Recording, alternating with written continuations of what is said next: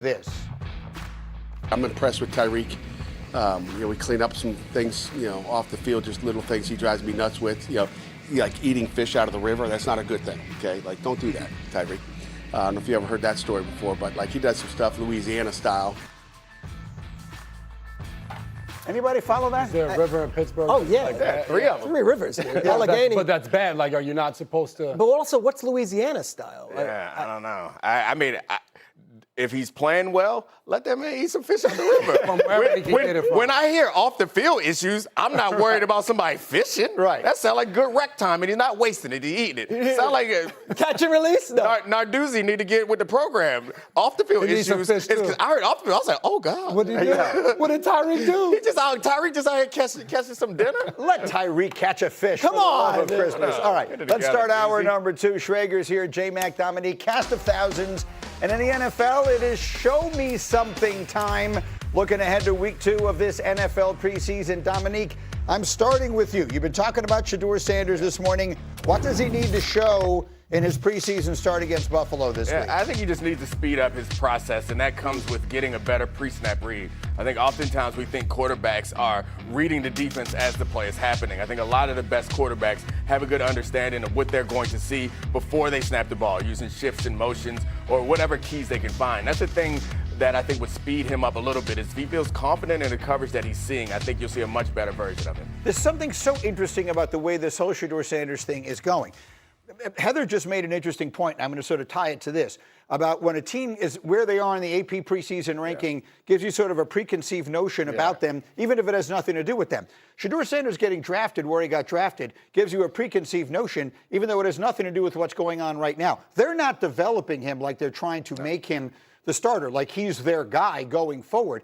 And that puts him, to your point, he's not getting all the work. He's not getting all the reps. He's going to look like a young player because he's not being treated like a guy they're trying to develop. And that's the life of a later round draft pick. You don't get all of those opportunities. But when the opportunity does present itself to compete for a starting job, you have to take full advantage of that. And I think to your point, Nick, we saw some of the throws or attempts. He's trying to get the ball down the field. He has the arm talent to do so and the confidence to do so. So when you talk about pre-snap reads and all of the things of that nature, there just has to be a sense of urgency. They're doing joint practices with the Bills this week. It's a big week for Shedeur. Look, you could say the deck was stacked against him as a 5th-round pick, or, that maybe when Stefanski had his guys and he knew Flacco, all this stuff is fine, but Monken's fresh set of eyes. He has no history with Deshaun Watson. He has no history with Shedeur Sanders.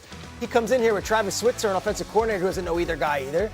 And it seems like Watson's getting the book of the number 1. So it tells me that Watson's been playing better in practice, despite the fact Shedeur committed himself all offseason, was in the facility in the wintertime and also in the spring. I'd say this, though. Joint practice with the Bills this week. That's far more significant to me than the preseason game. Yeah. Like, let's see how you do against their number 1s. And that's the little secret here as we talk about preseason so much. The joint practices, and some of these teams, the Titans have 3 different ones. That's really the evaluation period because it's ones-on-ones, and you get a chance to see against a top-flight talent. But the difference is the joint practices don't get seen or talked about. And I know that we can pretend that, and they can all say, we don't listen, it doesn't matter. It matters. The way that we talk about it and the way that the public frames the conversation around players, it matters when you're making decisions. And we all probably agree that the quarterback of the future for Cleveland is probably in college right now. But Shedeur is, and Deshaun Watson for that matter, should either of them want to continue to play, they're playing for everybody else also. So these reps matter. When they both get time in the regular season, it's going to matter. You need to show a glimpse that you have something. We touched on this yesterday, and we're going to we set aside some time to do a full conversation on it a little later in this hour, which I don't want to take the steam out of that, but just as a general thought. Like on August, whatever today is, 18th, you don't want to be thinking about next year. Like if you can't be. And they're not in the building either. That's what I mean. The players certainly are. You can't be thinking about next year. This season hasn't even started, and we're worried about next season. Play the guy, and let's see what happens. And I think that's why they're in the situation they're in, is because Todd Monken is saying, I don't want to only play Shedeur just so I can evaluate for next year. I want these guys to battle out and see who is the better quarterback for us right now, who gives us the best chance to win. And thus far, it seems as though they're saying Deshaun Watson. But to your point, These joint practices, Monken already came out and said, I don't know if the starters are going to play in the game. It's going to be dictated on how the joint practices go and what our starters look like. Yeah, it's the stuff that we don't see that actually means the most, which is frustrating, but it is the reality. Peter, let's talk about Fernando Mendoza, who looked very good in his first public test. What does he need to show in week 2 here of the preseason against the Texans? Look, he's been great, and everyone's very happy in Vegas. Everyone I've spoken to has been like, he's ahead of schedule, he's doing well. This is Cousins' job from the start, and it's until Mendoza's ready or until Cousins goes down, knock on wood, or until the season's lost, and it's let's see this, which I think is what you want. Kubiak has been very vocal. Kirk Cousins is our number 1 quarterback. Kirk Cousins is our number 1 quarterback. But if you watched him against Arizona, you saw the signs. You saw that he brought a lot of the stuff he had at Indiana to the NFL field. But it is so early in this young man's career, and it's so early in this season, I wouldn't make too much of what he did in a week 1 preseason game. Yeah, I mean, Kirk Cousins' team, blah, blah, blah, blah, blah, blah, blah. Yeah. You walk into that locker room, and Kirk Cousins might play well. If he does not play well, it's going to be very hard. Forget the locker room. It's going to be hard for anyone who works for the organization to not put this 6'5" monster who we got number 1 overall, who's ripping the ball all over the place in the game. It's not going to happen. So either Kirk Cousins plays well, or Fernando Mendoza is starting by week 3, week 4, week 5, somewhere around there. Please don't do that. That's the truth. I'm begging you to please not do that. I'm begging Tom Brady to be the one guy smarter than the voice of reason. Here's what I'm saying, Nick. Here's what I'm saying. get it. I've said it a million times. I'll say it again.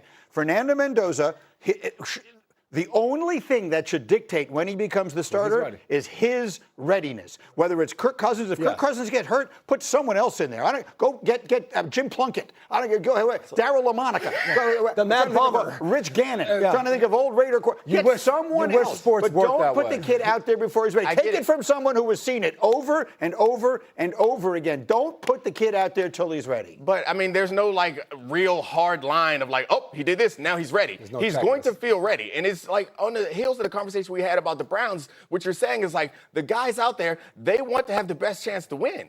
So if they are coming into these games every week and Kirk Cousins is not playing well and he's older and he's been injured a bunch of times, they're looking around at each other and then they go and practice and the first team defense is going up against practice squad against Fernando Mendoza, who's ripping 35-yard comebacks down the field. They're going to look at that coach like, what the hell are you doing to me? What are you doing? I'll tell you a quick story. I remember Bill O'Brien was down in Houston. I was down there at training camp, and all summer it was Tom Savage's job. The first half of week 1, Tom Savage didn't play well. Deshaun Watson goes in at halftime. Right. So that's what I'm saying. That's what I'm saying. It's easy down. Yeah. Wait till it starts happening. If Kirk Cousins is not playing well, and he might play well, and no, everyone will be fine. Wait till it happens. You go out there, they got all these new free agents. They paid a bunch of money for a center. They got new guys with expectations. Tom Brady wants to be good. They're not going to sit out there and let Kirk Cousins go 3-yard check down. I got a monster on the side.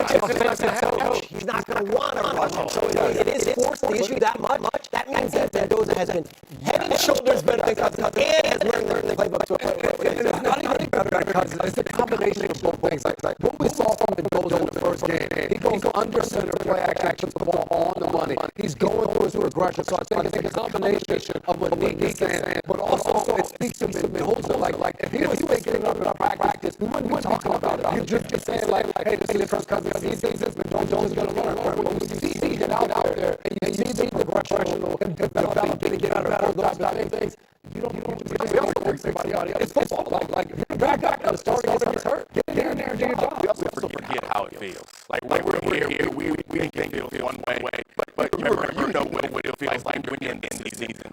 When every week is a referendum on your job, it feels like what you're doing. It's an entirely different feel right now. It doesn't matter. Oh yeah, we'll let the rest. We're going to protect them. Go be in a locker room 3 weeks in a row where you get whooped and part of the problem is the quarterback. And we got this guy here who's the number 1 overall pick. We don't think Max Crosby is going to be there. The owner, the GM, the coaches, the players, everybody's going to be in there like, what the hell are we doing? What are we doing? Right, and that's how you wind up with the 3rd pick of the draft winning the Super Bowl for another team. That's what I'm trying to tell you. Those things happen. Or it's